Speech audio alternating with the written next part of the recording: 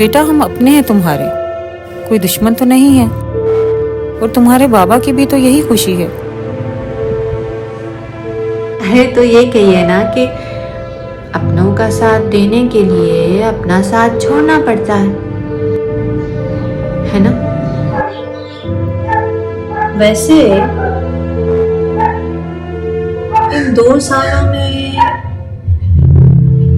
मैंने क्या मांगा आप लोगों से? पागल, तुम समझ नहीं रही हो।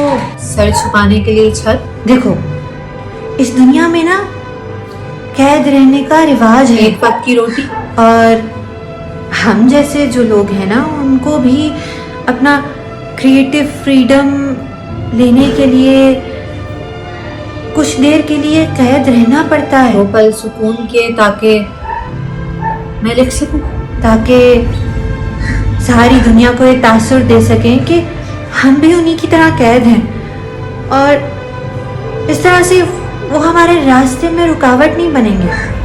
और उसके बदले में आप लोग मुझसे सब कुछ लेना चाहते हैं।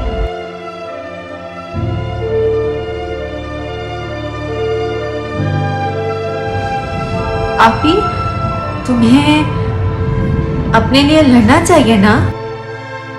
गरीब नहीं पैदा होना चाहिए था यार।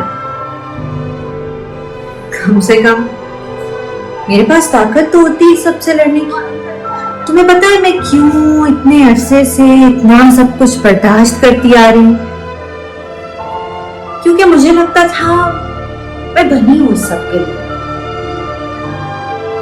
कुदरत ने मेरे हाथ में एक हथियार पकड़ाया है और कहा है कि लड़ो। कब तक लड़ो? जब तक इस जगह का मुस्तकबिल ना बदल दो। कैसे लड़ूं? कैसे लड़ूं जब इस कलम से निकलने वाले अल्फाज की कोई कीमत ही नहीं है इस दुनिया में। धोखा हुआ है हर तरफ से। ये बात कभी भूलूंगी नहीं मैं।